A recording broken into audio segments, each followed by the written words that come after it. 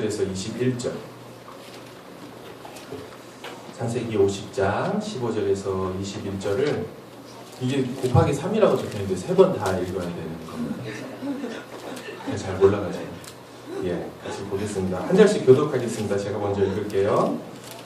요셉의 형제들이 그들의 아버지가 죽었음을 보고 말하되 요셉이 혹시 우리를 미워하여 우리가 그에게 행한 모든 악을 다 갚지나 아니할까 하고 요셉에게 말하여 전하여 이르되 당신의 아버지가 돌아가시기 전에 명령하여 이르시기를 너희는 이같이 요셉에게 이르라 내 형들이 내게 악을 행하였을지라도 이제 바라건대 그들의 허물과 죄를 용서하라 하셨나니 당신 아버지의 하나님의 종들인 우리 죄를 이제 용서하소서 하매 요셉이 그들이 그에게 하는 말을 들을 때에 울었더라. 그의 형들이 또 친히 와서 요셉의 앞에 엎드려 이르되 우리는 당신의 종들이니이다.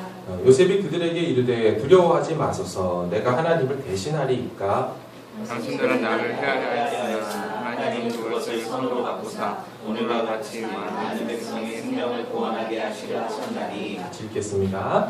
당신들은 두려워하지 마소서 내가 당신들과 당신들의 자녀를 기르리이다 하고 그들을 간곡한 말로 위로하였더라.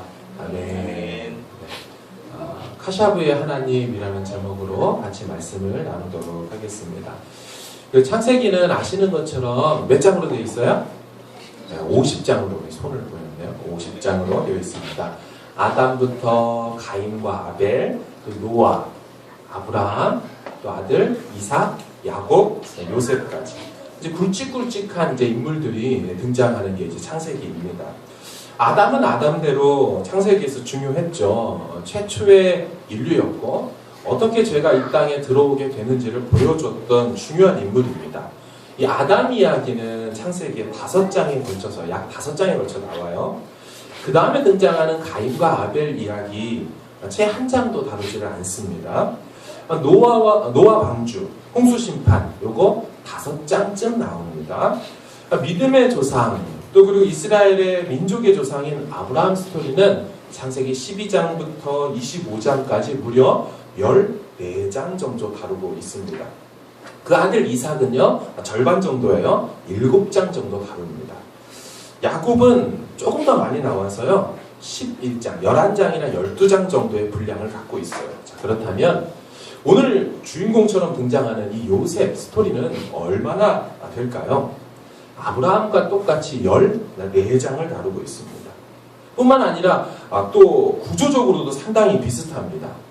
그러니까 순수한 아브라함 스토리 중에 그 14장 중에 창세기 19장에 좀 이상한 내용이 이해 안 되는 내용 하나가 껴들어오거든요. 삽입돼 있어요. 그러니까 소돔과 고모라, 세상 심판에 대한 얘기, 그러면서 모압하고 암몬 족속이 어떻게 시작되는지를 삽입되어 있는 19장이 들어있어요. 근데 이 구조가 똑같더라고요.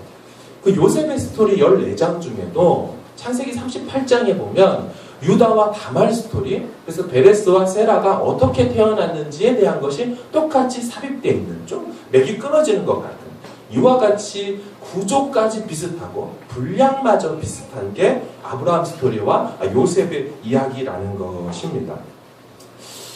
왜 또 그럴까요? 아브라함은요 이스라엘의 첫 민족의 그 시작, 태동을 보여주고 있다면 요셉 이야기는요 야곱이라는 한 가족이, 하나의 패밀리가 어떻게 네이션, 하나의 민족으로 그렇게 확장되어 가는지 그 태동을 또 보여주는 거에 있어서 보여주는 데 있어서 비슷합니다. 그래서 서로가 비슷한 구조를 갖고 있는 것이죠. 오늘 본문은 이러한 중요한 성경신학적인 연결의 고리, 또 연결의 마디, 한 민족의 태동과 또 혹은 가족이 한 민족으로 커지게 되는 그 출발, 이것들이 어떻게 연결되어 있는지 특별히 요셉의 이야기를 통해서 이제 보게 될 것입니다. 아시는 것처럼 아버지 야곱이 요셉 입장에서 돌아가셨어요. 그러자 오늘 본문에 그 형님들이 두려워서 떨기 시작합니다. 왜냐하면 자, 형님들 입장에서 보면 자기들이 팔았고 자기들이 행하려고 하였고 그래서 이제 아버지가 돌아가셨으니 요셉이 본색을 드러내서 보복의 시간이 시작되겠구나 이런 생각을 한 것이죠. 우리 15절을 같이 한번 읽어볼까요? 15절입니다. 시작.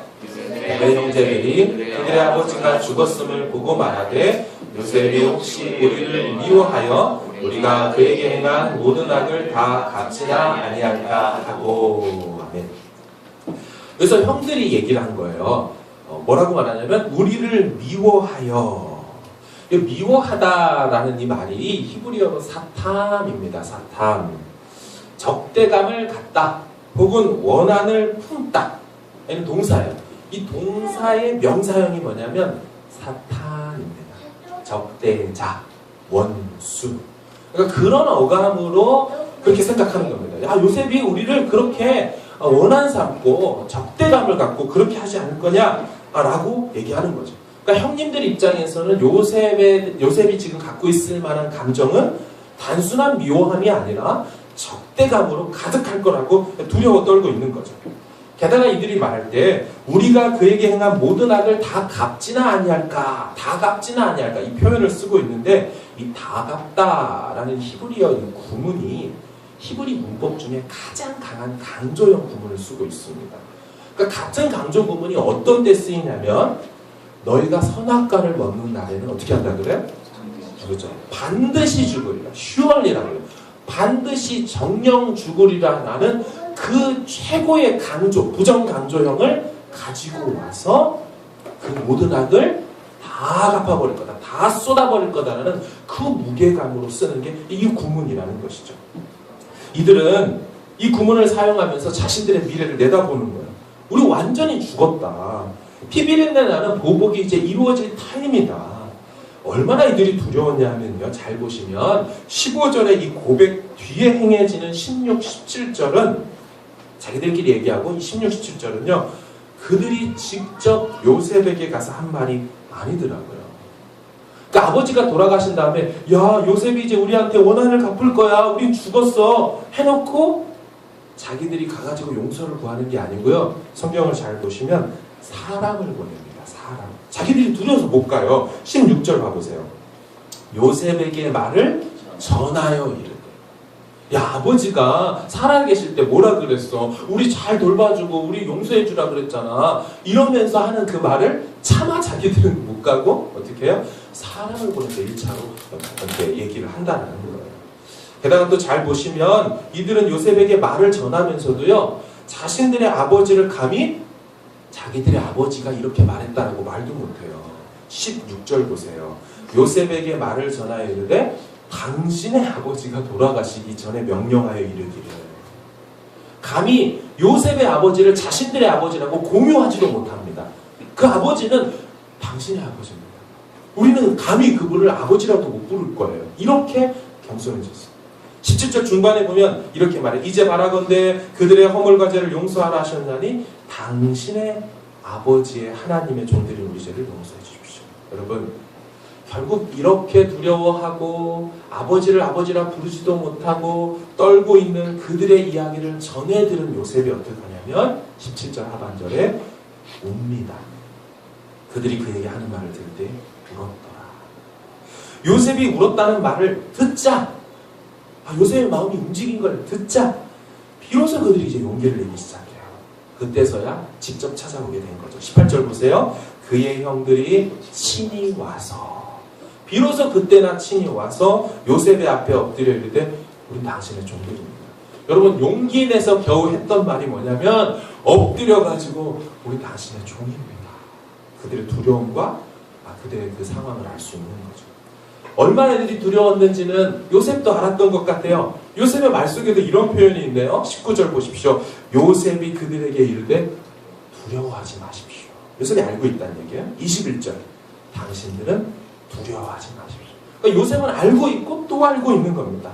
여러분 느껴지십니까? 얼마나 형님들이 당시의 절대 권력자 이집트 최고 그 2인자였던 요셉을 두려워했는지.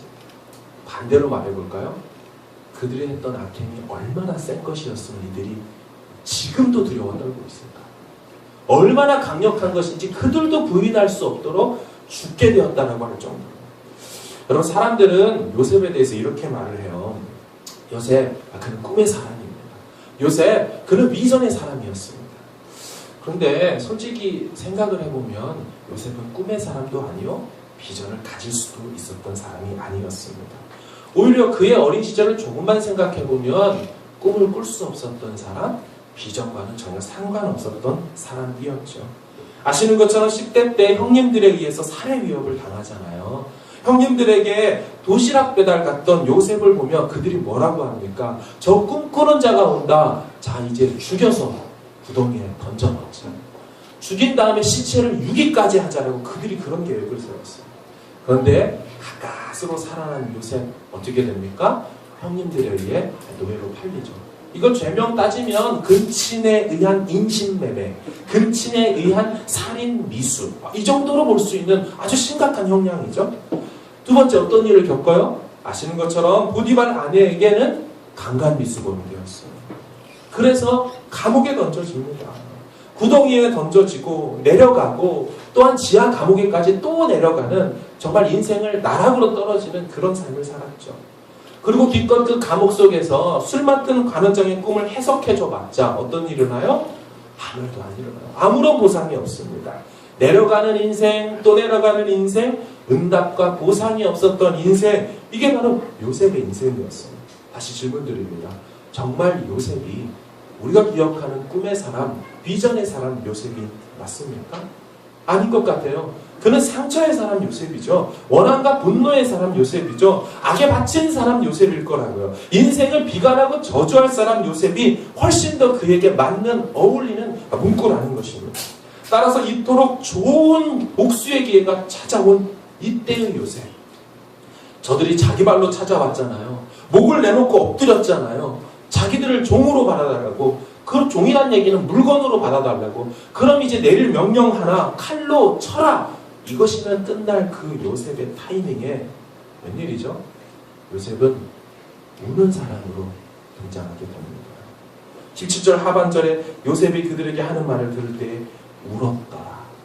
여러분 지금 이 타이밍이 울을 타이밍 아니잖아요. 미소를 띄었어야죠. 드디어 때가 왔다. 이건 살인 미소라고 하죠. 진짜 죽여버릴 그때가 왔다. 그런데 울었다고 합니다. 여기 울다라고 번역한 히브리어 바카흐라는 이 단어는 창세기 16번만 등장을 합니다. 처음에 어떻게 등장하냐면 여러분 창세기 보시니까 아실 거예요. 목사님 계속 강의하셨고, 하갈이 광야로 쫓겨나서 아들 이스마엘이 배고픔과 이제 기근으로 갈증으로 죽게 되었을 때 그 죽는 것을 참아보지 못하는 어미의 심정으로 하갈이 울었더라 할 때 처음 나와요. 두 번째는 아브라함 입장에서 아내 사라가 죽었을 때 그때 울어요. 에서가 동생 야곱에게 장자권을 빼앗기자 소리를 높여서 울어요. 이게 세 번째예요. 네 번째는 야곱이 길 떠나서 우물가에서 자신의 아내가 될 라헬을 만났을 때 서러움에 북받쳐서 그때 울어요. 다섯 번째는 야곱과 에서가 서로 극적인 상봉과 화해를 했을 때 목을 어긋맞고 그때 울어요. 여섯 번째, 요셉이 아들 요셉이 동물에 찢겨 죽었다는 소리를 들은 아버지 야곱이 듣고 울어요. 이상이 6번. 이거를 제외한 나머지 6번의 울음. 창세기 12번 나와요. 16번 그리고 12번 중에 이 6번을 제외한 나머지 6번의 울음은 요셉만 웁니다. 요셉은 우는 자로 창세기에서 나타나요. 아버지 야곱을 처음으로 드디어 팔렸다가 처음으로 만날 때 울어요. 그리고 아버지가 돌아가셨을 때 울어요. 동생 베냐민을 만났을 때 울어요. 6번 중에 3번 이렇게 울고 나머지 3번은 다 형님들 때문에 울어요. 형님들을 처음 만난 날 42장 45장에 요셉이 자신의 정체를 밝힐 때 울어요. 그리고 50장의 끝에 오늘 본문에서 웁니다. 특이한 게 있죠. 형님들은 한 번도 울지 않아요. 오늘 본문에서 죄 자신들의 죄를 용서해달라고 엎드려 빌면서도 그들은 울지 않습니다. 오직 요셉만이 우는 자로 등장하고 있어요. 여러분 이 요셉의 울음이 울분이었을까요? 이를 갈면서 치욕과 그 모든 것이 떠오르는 그런 울음이었을까요?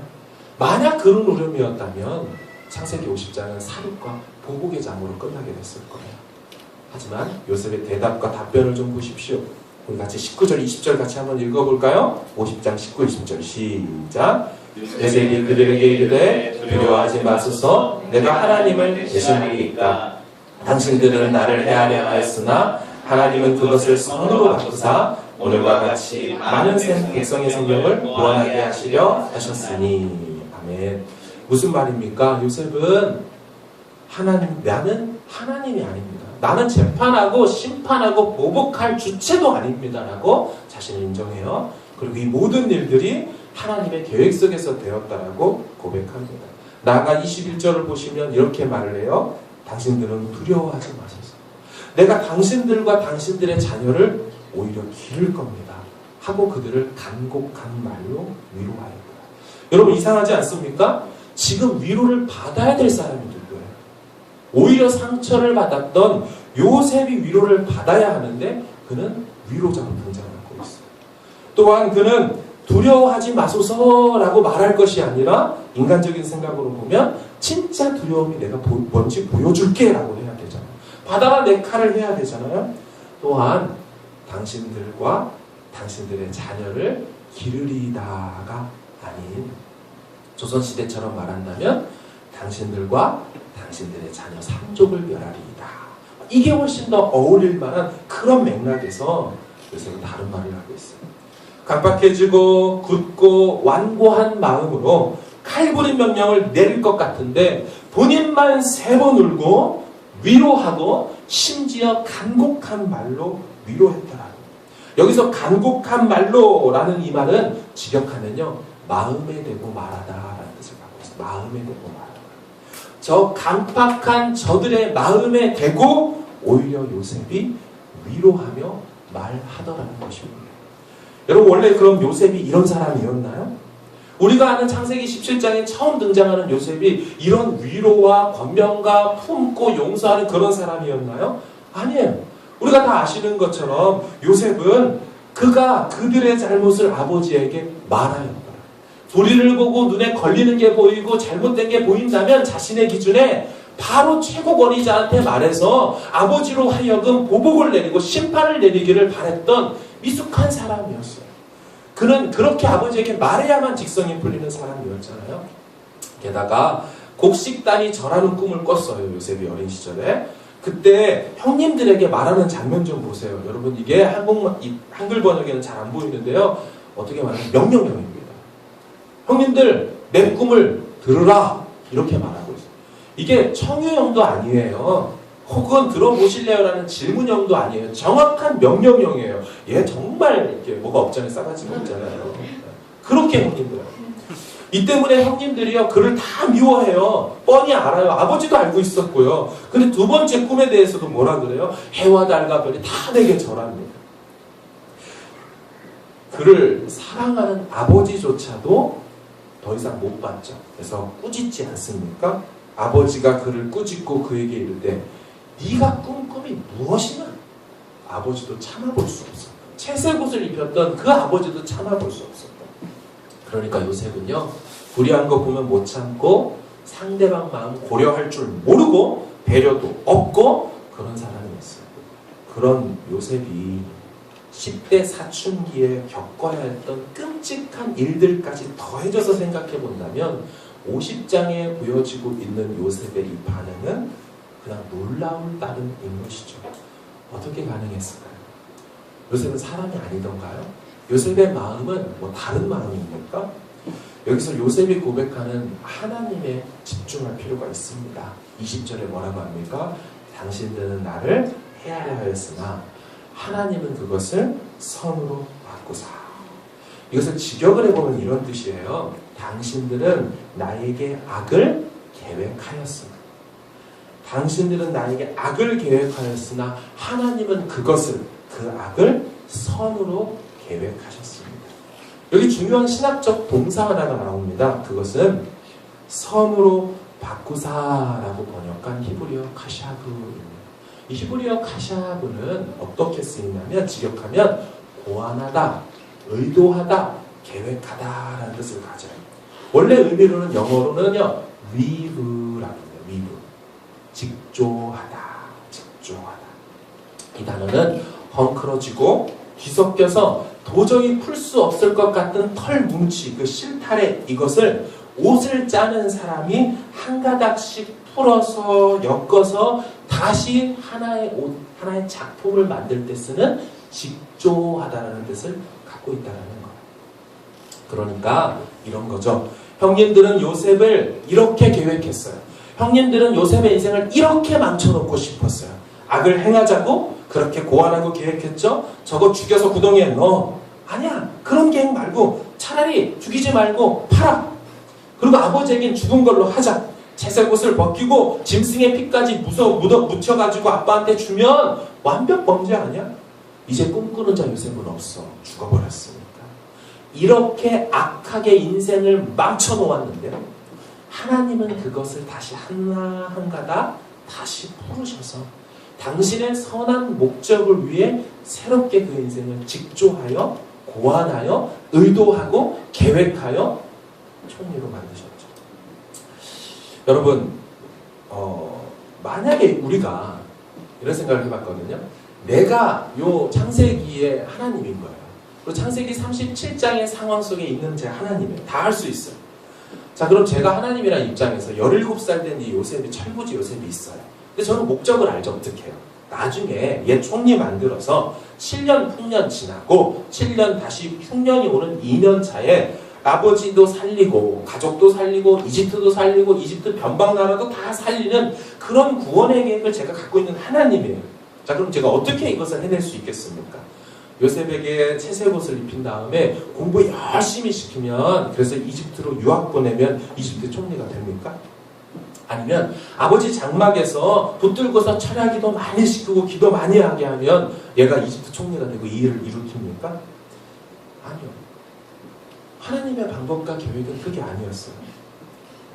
하나님은 일단 채색 옷을 벗기셨고 그를 구덩이에 던져 넣으셨고 죽을 뻔하던 그를 다시 건지셔서 그리고 이집트로 유학을 보냈어요. 맨몸으로.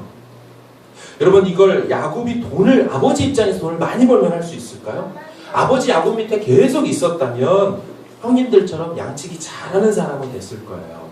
그리고 이 타이밍에 형님처럼 구걸이라는 인생이 되었겠죠. 구걸이 안 됐으면 죽었겠죠. 하나님은 요셉을 노예로 팔으셨고요.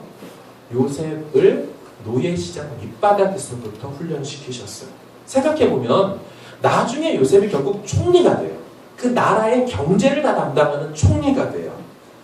이 총리가 요셉이란 사람이 볼 수 있는 이집트 경제의 시야 각과 깊이는 어디까지 봤을까요? 노예시장까지 봤겠죠. 그들의 모든 경제의 출발이요 밑바닥인 거기서부터 최고 2인자 자리까지를 다 볼 수 있을 만한 경제관이 그에게 인생 가운데 체득되었을 것입니다. 어쨌든 여기에서 요셉의 이집트 어학연수가 시작됐고요. 이집트는 10대 때, 요셉은 10대 때 이집트 언어를 마스터를 했죠. 그리고 노예로 어디로 가요? 보디발의 집에 팔렸어요. 그래서 조그만 한 가정의 총무를 역임하는 이력을 갖게 하셨어요. 그리고 나서 감옥으로 보내서 감옥에서 또 총무 역할을 하는 이력을 갖게 하시고 나라의 총무로 세워버리시죠. 그의 과거의 모든 얽히지고 깨졌다고 하고 망가졌다는 그 모든 것들이 오히려 기가 막힌 훈련의 기회가, 인턴이 되었다는 것이죠. 한 나라의 총무. 여러분, 그럼 왜 요셉이 또 보디발의 집에 팔리게 되었을까요? 보디발은 아시는 것처럼 바로의 신하 친위대장이라고 얘기를 해요. 자, 그럼 친위대장이 뭔지 하고 봤더니 더 캡틴 오브 더 보디가드. 그러니까 보디가드 중에 최고의 캡틴이라는 겁니다. 바로의 신변을 보호하는 군사 중에 최고의 리더십. 여러분, 그럼 그 보디발 집에 누가 들락달락했을까요? 바로 군대의 국방부 장관 집에 어떤 사람이 들락달락하며 그들에게 먹을 것을 내놓고 그들의 시위, 그들의 수종들고 모든 것을 관리하는 이 요셉이 그들 옆에서 무슨 얘기를 들었을까요? 이집트의 정치, 경제, 군사, 제국의 진출 계획까지 다 들으면서 살았을 거라고. 그런데 사람들이 말해요. 그럼에도 불구하고 호람대우로 하나님 앞에 살면서 보디발 아내의 유혹을 거절했는데 어디로 들어갔어요? 강간 미수범으로 감옥에 들어가요. 야, 하나님 그래도 이건 너무 가혹하지 않냐고. 하지만 아시는 것처럼 나중에 우리가 알고 있는 것처럼 나라의 총리를 해야 하는 요셉이 갔던 감옥, 그게 어딜까요? 우리 40장 1, 2절을 한번 성경으로 찾아볼까요? 창세기 40장 1, 2절. 분명히 보디발의 아내에게 그런 일을 당해서 감옥으로 갔잖아요. 그 감옥이 어디 있는지 나와 있어요. 창세기 40장 1, 2절입니다. 찾으셨으면 같이 저랑 읽어볼게요. 시작. 그 후에 애굽 왕의 술 맡은 자와 떡 굽는 자가 그들의 주인 애굽 왕에게 범죄한지라. 바로가 그 두 관원장 곧 술 맡은 관원장과 떡 굽는 관원장에게 노하여 그들을 신이 대장의 집 안에 있는 옥에 가두니 곧 요셉이 갇힌 곳이라. 자, 요셉이 그럼 어디에 갇혀 있는 거예요? 자기가 했던 섬겼던 신이 대장 그 집의 지하 감옥. 거기는 정치범수용소였어요. 장급만 들어가는 데예요. 술 맡은 관원장, 떡 맡은 관원장. 거기서 요셉이 겪었던 일이 뭘까요? 총무를 했다 그랬잖아요. 무슨 일을 겪었겠습니까? 어떻게 하니 파라오의 눈밖에 나더라를 들었을 거예요. 어떻게 되니 파라오의 눈 안에 다시 들어서 복직이 된다는 걸 들었을 거예요. 그곳에 장급들이 하는 얘기들, 이집트의 표면에 이면 속에 들어있는 수많은 이집트의 내밀한 경제와 정치 이야기들을 그곳에서 또한 배웠을 것입니다. 위에서는 잘 나가는 보디발 지배 총무했을 때는 잘 나가는 이집트 사람들 얘기를, 성공하는 얘기를 들었다면 그 감옥에 내려와서는 이렇게 하면 안 된다를 들었을 겁니다.